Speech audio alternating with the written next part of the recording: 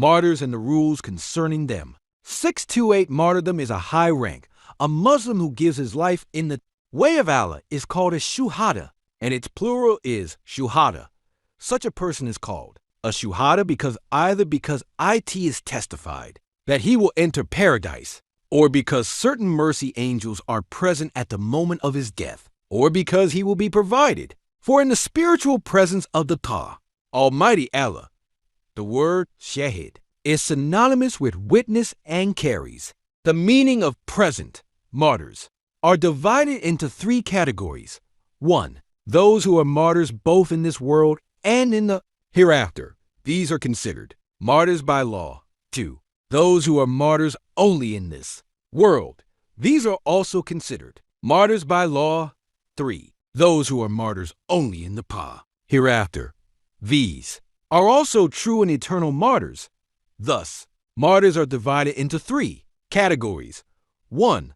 Those who, while being legally accountable and in a state of purity, any Muslim who is killed by an act of aggression known to have been committed unjustly against him, and for whom no compensation diyya is required to be paid to his heirs.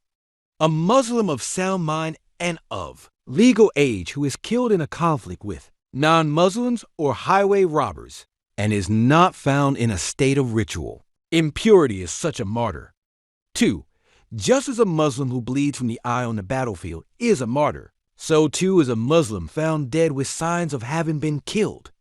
Likewise, a Muslim who sacrifices his property, his life, honor, and other Muslims or non-Muslims under Muslim protection, and is found to have been unjustly and immediately killed by a weapon such as a sword or dagger, a responsible and pure Muslim is also considered a martyr. Such martyrs are perfect martyrs. They are martyrs, both in this world and in the hereafter. Each of them is called a judicial martyr. The ruling for such martyrs is that they are buried without being washed, simply by performing their funeral prayers and burying them in their clothes.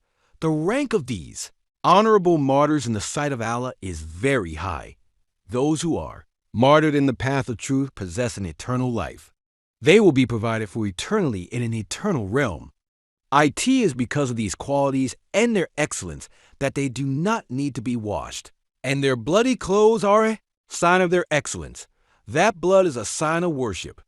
It cannot be removed. However, if any impurity has touched them from the outside, it is removed. Also, coarser items such as fur, coats, shoes, and hats, which are unsuitable for use as shrouds, are removed. Armor and weapons are also removed. If the remaining garments exceed the sunnah amount, they are reduced. If the garments are insufficient, they are supplemented to the sunnah amount.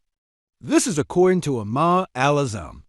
According to two scholars, a Muslim killed in this manner is subject to the same procedure, even if he or she has not yet reached the age of accountability or is not in a state of purity, such as a Muslim child who has not yet reached puberty and was killed in battle, or a Muslim soldier who is in a state of ritual impurity.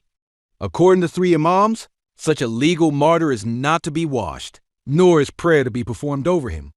He must be buried in the clothing deemed appropriate. 2. A person who is outwardly perceived as a Muslim, despite harboring hypocrisy in their heart, and who is killed by the enemy while fighting alongside Muslims.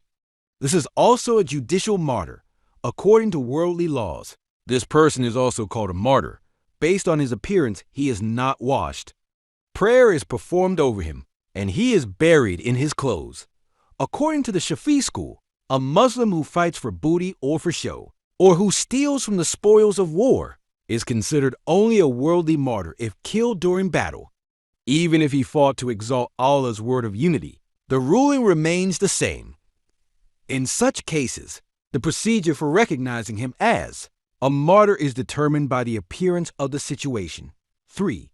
A martyr is determined by the appearance of the situation. Muslim who dies without fulfilling some of the conditions required for a full martyr is considered a martyr only in terms of the laws of the hereafter. Example, a Muslim who is killed by mistake and for whom compensation diyya must be paid to their heirs is considered a martyr in terms of attaining reward in the hereafter, but is not considered a martyr under worldly laws. For this reason, they are washed like other deceased, placed in a shroud, and buried after the funeral prayer is performed. Similarly, if one is wounded while fighting against non-Muslims or highway robbers, and after the battle ends, they withdraw to a side, eat and drink a little, conversed, slept, took medication, or had a full prayer time pass while in their right mind, a Muslim who passes away in this state also falls under this ruling. A believer who dies in this manner is called a martyred. One who drowns, is burned in a fire, is trapped under rubble, or dies from one of the following diseases: plague, cholera, dysentery, malaria, or pneumonia, or from a scorpion sting. A Muslim who dies while in postpartum bleeding, in a foreign land, in pursuit of knowledge, or on Friday night is also subject to the same ruling. A muezzin who seeks his reward from Allah, and a Muslim merchant who conducts honest business, if they die after working lawfully to provide for their family, also fall into this category of martyrs. All of these are referred to as martyrs in terms of the judgments of the afterlife. In this sense, each of them is called a true martyr if these are people devoted to their religious duties. They are true martyrs in the eyes of the laws of the hereafter. However, they are not considered martyrs in terms of worldly laws. For this reason, they are washed and shrouded like other deceased persons. After the funeral prayers have been performed, they are buried in their graves just like other Muslims. The same procedure is followed for a Muslim found dead in their home or elsewhere, because it cannot be definitely determined that they were murdered. Conclusion: martyrdom is a great blessing. For a person to live a righteous life and die as a martyr is a great blessing for them. A holy hadith states, whoever sincerely asks Allah the Exalted to grant him martyrdom, Allah the Exalted will elevate him to the rank of the martyrs, even if he dies in his bed. All of this is a reward for the love of reaching high levels through sincerity and good intentions. May Allah the Almighty grant us all success in fulfilling our religious duties as required, and may He include us among His good servants who possess good intentions and are counted among the martyrs. Amen. And the outcome is for the righteous. And praise be to Allah, Lord of the worlds. The outcome belongs to the righteous, and praise is due to the Lord of the universe. Whoever sincerely asks Allah to be a martyr, even if he dies in his bed, Allah will bring him to the place of the martyrs. In the name of Allah, the most merciful, the most compassionate.